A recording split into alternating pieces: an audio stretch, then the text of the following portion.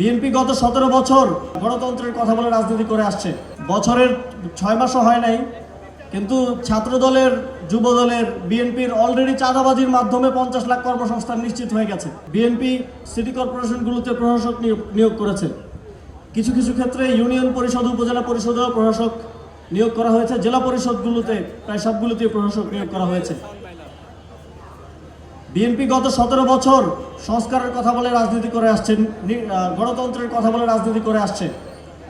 অথচ দেখেন তাদের প্রশাসকরা সরকারি টাকায়, সিটি কর্পোরেশনের টাকায়, এক পাশে সিটি কর্পোরেশনের লোগো, আরেক পাশে বিএনপির দলীয় লোগো, তারপরে তার বড় ছবি দিয়ে সারা ঢাকায় পোস্টারিং করে ছড়িয়ে ফেলেছে। এদিকেও আশেপাশের পোস্টার খুঁজলে পাওয়া যাবে। সরকারি টাকায়, সিটি কর্পোরেশনের তহবিলের টাকায় নিজের নির্বাচনী প্রচারণা করে, এটা কিসের গণতন্ত্র? আমরা জাতীয় নাগরিক পার্টির পক্ষ থেকে স্পষ্টভাবে দাবি করেছি,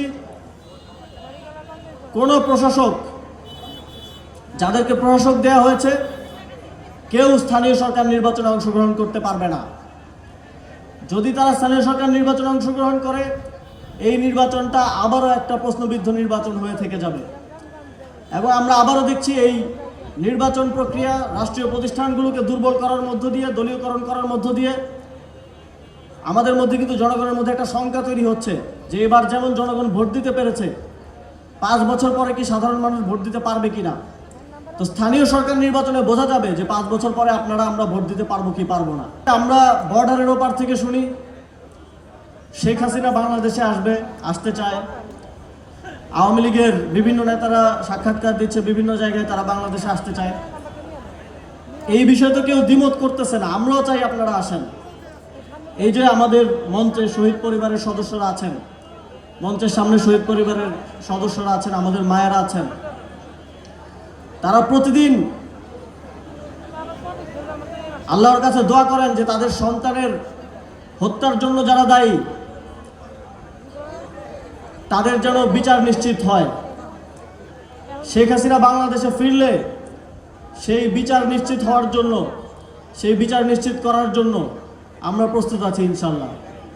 বছরের 6 মাসও হয় নাই, কিন্তু ছাত্র দলের, যুব দলের, বিএনপির অলরেডি চাঁদাবাজির মাধ্যমে 50 লাখ কর্মসংস্থান নিশ্চিত হয়ে গেছে। চাঁদাবাজি করে তাদের ফ্যামিলি চলতেছে, তাদের পেট চলতেছে। সাধারণ মানুষ জাহান্নামে যাক। সংস্কারের মাধ্যমে নির্বাচন কমিশন সহ রাষ্ট্রীয় প্রতিষ্ঠানগুলোকে শক্তিশালী করার পরে এই নির্বাচনগুলো সংগঠিত হবে। তাহলে আমরা একটা লেভেল প্লেইং ফিল্ড আশা করতে পারতাম। দেখেন, রাষ্ট্রপতি নির্বাচন হবে। জুলাই সনদে বিএনপিও কিন্তু স্বাক্ষর করে এসেছে। সেখানে বলা আছে যে রাষ্ট্রপতি নির্বাচনের 70 অনুচ্ছেদ কার্যকর থাকবে না। তো বিএনপি আগের অবস্থাতে, আগের ব্যবস্থার মধ্য দিয়ে আবার রাষ্ট্রপতি নির্বাচন করছে। এখানে একটা আইওয়াস হচ্ছে, সবার সামনে নির্বাচন হবে, ভোট হবে, কিন্তু সরকার দলের 213 জন এমপি তারা কিন্তু দলের বাইরে, দল যাকে ঠিক করে দিবে তার বাইরে ভোট দিতে পারবে না। ভোট দিলে তাদের সংসদ সদস্য পদ থাকবে না।